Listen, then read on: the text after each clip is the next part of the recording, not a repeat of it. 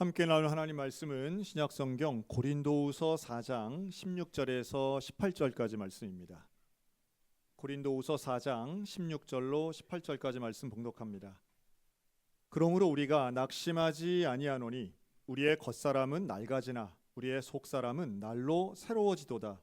우리가 잠시 받는 환난에 경한 것이 지극히 크고 영원한 영광에 중한 것을 우리에게 이루게 함이니 우리가 주목하는 것은 보이는 것이 아니요 보이지 않는 것이니 보이는 것은 잠깐이요 보이지 않는 것은 영원함이라. 아멘. 오늘은 무엇에 주목하십니까? 라는 제목으로 함께 말씀을 나누겠습니다. 주목이라고 하는 건 이렇게 신경을 써서 본다는 뜻이겠죠. 한 번에 2개 이상 주목하기는 어려운데요. 우리 옛날 수업 시간에 선생님이 교탁에서 주목이라고 얘기했던 일들도 기억이 납니다. 아마 모르긴 해도 오늘 오전에 예배당 오시기 전에 모두가 주목해서 보신 게 있을 겁니다. 그건 바로 거울입니다. 거울 보실 때 어떤 느낌이 드시나요? 아이고야, 주름이 또 졌네. 아니면 이 정도면 볼만하네. 혹시 뭐 어떠실지 잘 모르겠어요. 우리 옆 사람에게 당신 참 볼만합니다. 이렇게 한번 얘기할까요? 네, 볼만합니다. 네, 보고 또 보고 싶은 뭐 이런 얼굴들이죠. 여러분, 우리가 이제 그만하셔도 됩니다. 근데 이제 거울의 역사를 제가 조금 살펴봤는데요. 요즘 유행하는 유튜브에 유행하는 말이 있습니다. 정말 옛날 사람들은 멘탈이 나가버렸다 뭐 이런 말인데요. 왜냐하면 옛날 사람들은 얼굴을 보지 못하고 일생을 살았다 그러죠. 기껏해야 이제 물에 비친 모습이나 아니면 얼음에 반사된 정도의 모습만을 보는 겁니다. 이제 그러다가 누군가 아주 뛰어난 장인이 하나 나타나서 그렇게 실내에서도 자기 모습을 일부 볼 수 있는 방법을 발견했다는데요. 그게 바로 검정색 돌 흑요석이라고 하는 돌을 통해서 본 겁니다. 뭐 그래봐야 물체가 있다 정도 이렇게 보는 것이지 아주 선명하게 보이는 건 아니에요. 그게 기원전 한 3000년 전 일입니다. 사람들은 계속해서 자기 얼굴을 좀 보고 싶어 했죠. 그래서 여러 가지 도구들, 근데 이게 식물성에서는 찾을 수가 없는 거죠. 그래서 광물 쪽에서 찾게 되는데요. 기원전 한 2000년 전 이집트, 또 우리 한반도에선 고조선 시대로 보여지는데 이때 청동기 거울을 씁니다. 아마 중학교 한 국사교과서에 나왔던 말 같은데요. 이 고조선 시대에 보았던 청동기 거울을 우린 단유세문경이라고 불렀습니다. 단유는 고리가 많다는 뜻이고요. 세문이라고 하는 건 그 무늬가 아주 세밀하게 있다는 뜻인데요. 근데 이 단유세문경은 청동기 거울이면서 분명히 사람들이 얼굴 보는데 썼을 텐데 아무리 봐도 거기에는 빛을 비춰봐도 얼굴 잘 안 보이죠. 청동기가 갖고 있는 한계가 있습니다. 그 작품 자체는 근사하고 옛날에 이런 것도 만들었네 라고 해서 박물관에 있을만해 보이지만 얼굴이 그렇게 보이지는 않습니다. 그러던 중 인류는 15세기를 거쳐서 유리를 만듭니다. 지금도 유럽 여행 가시면 베네치아에 가면 유럽 유리 세공 기술이 아주 뛰어난데요. 이 베네치아의 장인들이 유리를 가지고 이제 만들게 되죠. 그리고 유리의 뒷면에다 수은 같은 걸 발라서 지금의 거울과 유사한 걸 만들게 됩니다. 그런데 당시에는 그거 하나 만드는데 엄청난 가격이 들었기 때문에 이 프랑스나 이런 귀족들이 거울 하나 사려고 군함 한 척과 맞바꿨다는 기록도 있어요. 그리고 그 유명한 루이 14세 같은 경우 유럽 왕실의 그 유명한 궁전이죠. 베르사유 궁전 안에다가 왕비를 위해서 거울을 많이 붙였는데요. 뭐 345개 붙였다 그래서 거울의 방이 아주 유명합니다. 엄청난 비용이 들어간 거죠. 서민들에게 있어서의 거울은 그보다 훨씬 수백 년이 지나서 이제 결국은 모두가 갖게 되는 값싼 물건이 되는데요. 우리 조선을 본다면 시집 갈 때에 그 작은 거울이 붙어 있는 작은 상자 경대를 가지고 시집을 가기도 합니다. 지금은 우리가 집에 뭐 거울이 여러 개도 있지만 거울 아닌 다른 방식으로도 스마트폰으로도 자기 얼굴을 비치기도 합니다. 어떤 철학가가 쓴 글 중에 이런 글을 본 적이 있습니다. 인류는 거울을 발명하고 그 거울을 보면서부터 외모 지상주의가 극단적으로 발전했다는 거예요.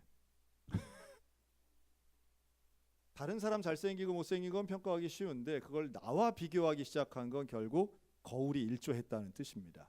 유명한 동화 있죠. 백설공주에 보면 그 백설공주의 계모 왕비가 이렇게 거울을 보고 얘기합니다. 거울아 거울아, 세상에서 누가 제일 예쁘냐. 뭐 그런 거죠. 자기 스스로 볼 때에 뭔가 부족하니까 자기 얼굴을 보면서 그런 걸 느낍니다. 근데 언제 느끼냐 하면 결국 흰머리가 늘고 주름이 많고 전과는 달리 탄력이 줄어들게 되고 뭔가 피부에, 뭔가 얼굴에, 뭔가 내 몸에 이제는 과거의 젊음을 유지하기 위해 돈을 써야 돼, 술을 내야 돼라고 할 때에 서글퍼지게 되는 것이죠. 세상의 모든 물리 법칙은 시간이 가면 낡아지고 변형되게 되어 있습니다.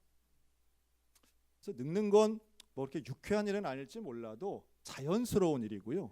그리고 나이가 들어서 외모가 달라지는 것 또한 참 자연스러운 일입니다. 여러분 너무 탱탱한 것만 추구하지 마시고 있는 그대로의 나의 모습도 사랑할 수 있는 좀 관대한 마음을 가지고 거울을 보시기를 권면합니다. 그런데 오늘 본문은 명확하게 말씀하죠. 그렇게 낡아지고 변화되는 것, 그 세상에 있는 보여지는 것들이라는 거예요. 눈에 보이는 것들은 하나같이 그런 물리 법칙을 따를 수밖에 없습니다. 그런데 진짜 중요한 것, 영원한 것, 변하지 않는 것은 역설적이게도 우리 눈에 잘 보이지 않는 것이라는 거예요. 그리고 그 영원한 것, 놀랍게도 사람의 겉모습은 눈에 보이는데 사람의 속마음이 보이지 않는 그 원리 따라서 오늘 바울은 우리에게 우리가 진짜로 신경 쓰고 주목해야 될 것은 보이는 겉모습이 아니라 보이지 않는 속의 모습이야. 그리고 우리 속에 정말로 중요한 것이 있는데 그게 바로 영원한 영광스러운 모습이 우리에게는 주어질 거야. 이걸 다른 말로 뭐라고 할까요? 예수님이 일관되게 말씀하시고 우리가 평생토록 주목해 봐야 하고 관심 있게 보려고 애써야 될 게 있는데 그게 바로 하나님 나라인 줄로 믿습니다. 하나님의 나라. 우리가 하나님 나라를 좀 보기를 꿈꾸고 원해야 되는 거죠. 하나님 나라는 우리 대한민국은 눈으로 볼 수 있는데 하나님 나라 본다는 건 뭐 머리로 조금 이해는 되지만 어떤 건지 잘 모를 때가 있어요. 그런데 놀랍게도 요한복음 3장에 보면 예수님이 니고데모하고 대화를 나누면서 이렇게 말씀합니다. 진실로 내게 이르노니 사람이 거듭나지 아니하면 하나님 나라를 볼 수 없느니라. 거듭나지 아니하면 하나님 나라를 볼 수 없다. 다시 말해 하나님 나라를 보기 위해선 거듭나야 된다는 거죠.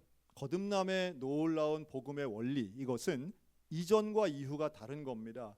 예수님을 믿고 죄사함을 받아 새 생명을 얻은 사람은 이전의 삶과 이후의 삶이 완전히 달라지는 거죠. 우리는 그것을 영생으로의 구원이라고도 말합니다. 여러분 거듭남의 경험이 있으시기를 주님의 이름으로 축원합니다. 그런데 니고데모는 그 말을 들으면서도 이해를 하지 못해요. 아니 거듭난다니요? 그러면 어머니 뱃속에 다시 들어간단 말입니까? 그 왜 니고데모가 이해를 못했느냐 하면 니고데모는 보는 세계에 집중했기 때문입니다. 니고데모는 율법의 전문가였어요. 그래서 보여지는 것, 육체의 눈으로 볼 수 있는 것으로 늘 판단했기 때문이에요. 당시의 율법이라고 하는 건 할례의 율법, 안식일의 율법, 그리고 모세의 토라를 지키는 게 그게 구원의 방법이라고 생각했는데 예수님은 거듭나야 구원된다고 하니 이해를 못하는 거죠. 보이는 세계에만 집중하는 사람은 보이지 않는 세계에 주목할 수가 없습니다. 보이지 않는 세계를 말씀하시는 예수님은 명확히 존재하지만 지금의 우리의 육체의 눈으로는 볼 수 없는 하나님 나라 복음을 오늘 저와 여러분들에게도 똑같이 말씀하시는 줄로 믿습니다. 그런데 그 하나님의 나라는요, 어떤 면에서는 율법으로 다스리는 나라가 아닌 것이죠. 그러니까 하나님 나라는 어떤 면에선 이렇게도 볼 수 있습니다. 기독교 국가하고는 좀 다른 거예요. 우리가 종교가 다스리는 나라가 있어요. 이걸 신정통치, 종교국가 이렇게 말하는데요. 지금 대표적인 이런 종교 국가들이 중동 지역에 좀 있죠. 최근 일주일 동안 우리는 어느샌가 중동 전문가가 돼야 될 것 같은 좀 강박감이 있어요. 그런데 조금 이제 우리가 기본적인 베이스는 알아야 되는데요. 중동에 있다고 해서 다 아랍인이 아닙니다. 우리는 그냥 쉽게 아랍국, 뭐 아랍 민족 이렇게 표현하지만 아랍이라고 하는 말을 쓸 수 있는 건 소위 말해 사우디 아라비아와 함께 하고 있는 나라 민족들이에요. 물론 대부분의 중동 국가가 여기에 해당이 됩니다. 그런데 여기에 해당이 안 되는 거대 국가가 하나 있는데 그게 바로 이란입니다. 이란은 스스로 아랍 민족도 아니고 아랍 국가 연합에 속해 있지도 않아요. 그럼 이들은 뭔가? 이들은 소위 말하는 페르시안 계통의 중동 국가입니다. 성경에도 이 페르시아에 대한 많은 언급들이 나오는데요. 그 이란인들은 본인들에 대해서 되게 자부심이 있고요. 본인들의 역사와 같은 무슬림이지만 시아파라고 하는 다른 종파의 종교인들이기도 합니다. 늘 말씀드리지만 역사 이야기하면 다른 나라 가시는 분들이 좀 있어요. 그냥 근데 저만큼 또 이렇게 쉽게 얘기하는 사람이 이렇게 많지는 않잖아요. 아주 극단적으로 압축해서 아주 요약해서 말씀드리는 거니까 저라고 뭘 알겠습니까?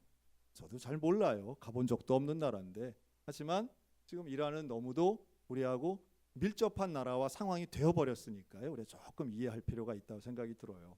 그런데 대부분의 중동 국가가 왜 석유가 나잖아요. 물론 요르단 같이 석유 안 나는 나라들도 있지만 이 1913년에 처음으로 중동 국가의 석유 개발이 시작되는데요. 그 첫 번째 국가가 바로 이란입니다. 이란은 최초로 석유가 개발된 중동 국가이고 자기들만의 고유한 역사를 가지고 있고 게다가 땅덩이도 넓고 사람도 많아서 강대국이에요. 거대 제국입니다. 1979년 팔레비 왕조가 사라지고 이제 호메인이라고 하는 제 나이 또래 분들은 신문에서 늘 호메이니 옹이라고 했던 게 기억이 나는 그분이 혁명을 통해서 이란의 실세 권력을 잡을 때 1979년 그분이 했던 연설 중에 이런 말이 있습니다. 우리 이란은 석유가 나는 나라입니다. 그러니 알라가 주신 이 귀한 자원을 팔면 큰 돈 법니다. 이 돈 가지고 여러분들 세금 안 내도 됩니다. 모두 부자 만들어 드리겠습니다. 이런 말을 하거든요. 실제로 초기에는 그렇게 진행을 했는데요. 얼마 전에 죽은 그 히메이니 같은 사람까지 총 47년 동안 이란은 철저하게 최근까지도 신정국가, 종교가 다스리는 나라가 됩니다. 여러분, 종교가 정치적인 힘을 가지고 군사력까지 가지게 되면 잔혹해집니다. 어떤 식으로 잔혹해지느냐 하면 율법을 따르지 않으면 악으로 간주하게 되고 그때부터는 죽임을 당해도 아무렇지도 않게 됩니다. 참 종교가 무서운 거예요. 종교에 관용과 용서, 사랑과 하나님의 놀라우신 복음의 희생적 사랑, 십자가 사랑이 없는 종교들은 그 안에 율법으로 인한 다스림과 통치와 억압이 있어요. 지난 47년간 이란은 아주 억압을 하는 근본주의적 국가가 되는데요. 그 중에 대표적인 것이 바로 여성에 대한 억압입니다. 소위 말해 히잡 법률이 생겨서 여성의 머리와 몸을 가리는 이 히잡을 쓰지 않으면 잡혀가는 거예요.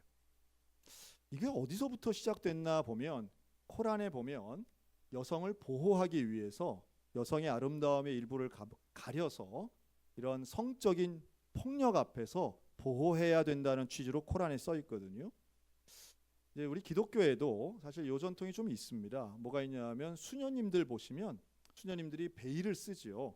이렇게 머리 두건 같은 그것이 머리를 드러내지 않고 신체를 가림으로써 여성을 보호하기 위한 조치였습니다. 그런데 보호의 의미는 사라지고 율법주의가 등장하면 억압이 되지요. 히잡을 쓰지 않았던 일부 잠깐 벗었던 22살 여대생 마흐사 아미니가 2022년에 도덕경찰에게 잡혀서 죽임을 당했던 사건이 있었습니다. 이걸 통해서 이란은 아주 많은 사람들이 분노해서 데모를 하게 돼요. 사실은 이 도덕경찰 말도 좀 이상하잖아요. 경찰이면 경찰이지 왜 도덕경찰이겠습니까? 도덕을 문란하게 만드는 사람들은 때려도 되고 고문해도 되고 죽여도 된다는 뜻이에요. 우리가 볼 때는 억압적이고 초법적인 비밀 경찰들인데 이들이 이 혁명 수비대와 함께 협력해서 이란을 완전히 철권 통치를 합니다. 피바다가 나죠. 데모가 점점 더 커지고 많은 사람들이 이러한 억압적인 통치에 반대하던 움직임이 재작년부터 일어났고요. 여기에 대해 이 히메미니를 포함한 이 이란의 정권은 아주 가혹하게 대합니다. 여러분 작년 한 해만 해도요. 이러한 반정부 시위를 하다가 죽은 사람이 3만 명이 넘더라고요. 이건 학살이었습니다. 이란 정권이 정말 나쁘다라고 말할 수 있는 사건들이 너무도 많았고요. 그래서 이란 국민들은 이런 정권에 대해서 반감을 가지고 있었는데 참 우리로서는 좀 이해가 안 되는 장면이죠. 전쟁이 나서 테헤란 시내가 막 불바다가 됐는데 미국에 있는 이란인들, 한국에 있는 이란인들이 막 좋아하는 장면 뉴스에서 보셨을 거예요. 그 이면에는 현 정권이 국민들을 수만 명씩 학살했던 사건이 배경으로 있는 겁니다. 물론 정권이 악하죠. 이러한 종교를 기반으로 하고 있는 신정국가는 참 악해질 가능성이 높습니다. 종교가 하나의 통치 수단이나 기반이 되어서는 참 나쁘다 하는 생각이 드는데요. 그렇다고 해서 현재 미국이 펼치고 있는 이러한 전쟁에 동의할 수는 없을 겁니다. 정말 빨리 이 전쟁이 멈춰져야 되고 종전돼야 되죠. 평화를 중요하게 여기지 않는 종교는 악한 종교라고 말할 수 있습니다. 우리 기독교의 샬롬이 임해야 될 것이고요.